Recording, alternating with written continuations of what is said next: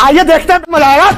मुख्यमंत्री बना देने मात्र से पूरी जाति का वोट अगर उनको मिल जाता तो आज की तारीख में अखिलेश यादव पिछले 25 सालों से उत्तर प्रदेश से कभी उनकी सरकार जाती नहीं। तो फिर कांग्रेस पार्टी और बीजेपी में फर्क क्या है? वो लोग हैं जो कहते हैं कि कितने मुसलमानों को टिकट दिया, आज कह रहे हैं कि यादव को मुख्यमंत्री बना दिया तो उससे कोई फर्क नहीं पड़ता। धरती पुत्र को संकुचित होते होते यह तय करना मुश्किल हो गया कि मैं भाई का नेता हूं या पुत्र का नेता। लेकिन कभी कभी तथ्यों के साथ झोल कर देते हैं। मुखौटा नोच दूंगा और इसी तरीके से कहा था, जमीन के 6 गज नीचे गाड़ दूंगा। हाल कांग्रेस पार्टी का हुआ, वही हाल बीजेपी का ना हो। कांग्रेस आई, कांग्रेस यू, कांग्रेस मैं, कांग्रेस तू, कांग्रेस आई। जय श्री राम दोस्तों, वेलकम टू माय डिबेट। तो आज की डिबेट बहुत ही शानदार होने वाली है। आज की डिबेट बीजेपी के प्रवक्ता सुधांशु त्रिवेदी और कांग्रेस के चमचे आशुतोष के बीच होने वाली है। इस डिबेट में हमेशा की तरह सुधांशु त्रिवेदी ने आशुतोष को जमकर मजे लिए हैं और लाइव डिबेट शो में एक्सपोज करके रख दिया है।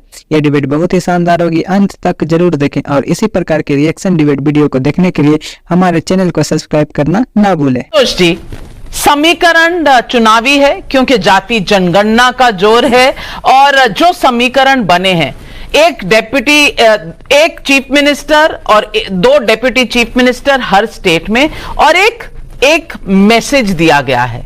क्या आप वाकिफ हैं सारे नामों से और इन समीकरणों से, और क्या आप मानते हैं कि ये एक ट्रंप कार्ड है, ना बादशाह ना गुलाम पर नरेंद्र मोदी का ट्रंप कार्ड?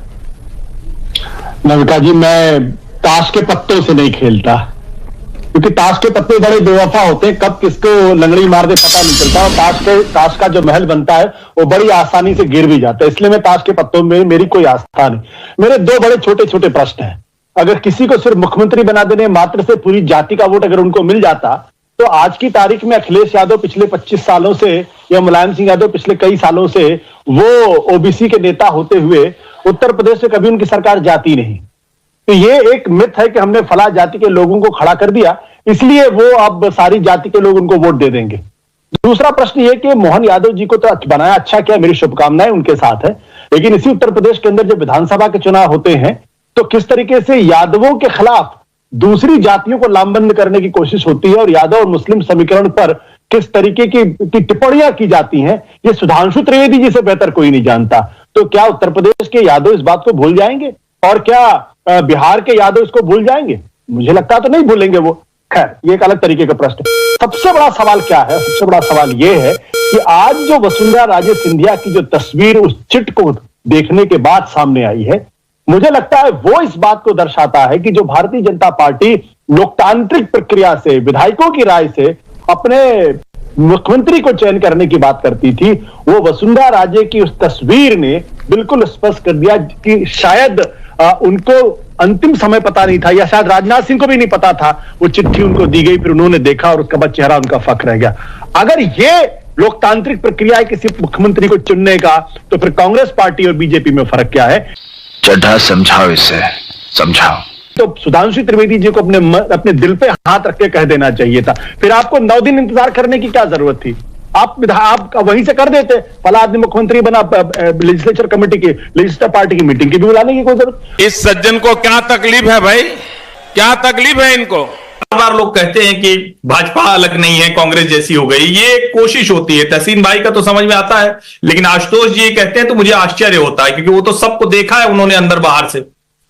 कांग्रेस पार्टी यही होती तो अभी आपको 5 विधायक अलग अलग ताकत और मुख्यमंत्री पद के दावेदार जयपुर से लेकर दिल्ली तक अलग अलग पत्रकारों को बयान दे रहे होते, लामबंदी हो रही होती।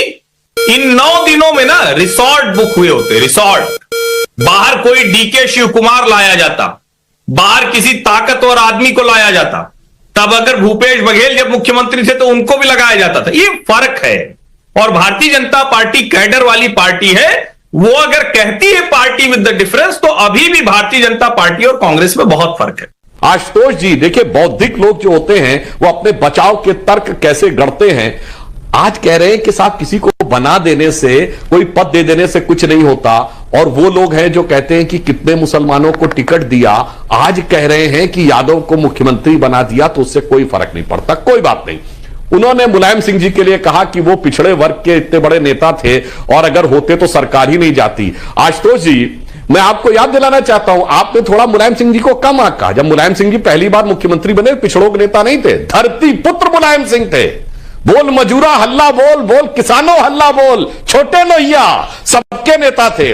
फिर गलती क्या हो गई, सरकार क्यों चली गई? अपने को संकुचित किया पिछड़ा नेता, फिर और संकुचित किया यादव नेता। जब सत्ता देने की बात आई तो मैं, मेरा भाई, मेरा दूसरा भाई, मेरा बेटा, और आखिर में तो भैया अपने भैया और पुत्र के बीच में ऐसा घमासान हुआ कि उनके लिए धरती पुत्र को संकुचित होते होते यह तय करना मुश्किल हो गया कि मैं भाई का नेता हूं या पुत्र का नेता, इसलिए सरकार गई। मौके आशा करता हूं कि आपको यह वीडियो अच्छी लगी होगी। अगर आप इसी प्रकार के वीडियो को देखना चाहते हैं तो हमारे चैनल को लाइक करें, सब्सक्राइब करें। अगर आप फेसबुक पर देख रहे हैं तो फॉलो करना ना भूलें। जय हिंद, जय भारत।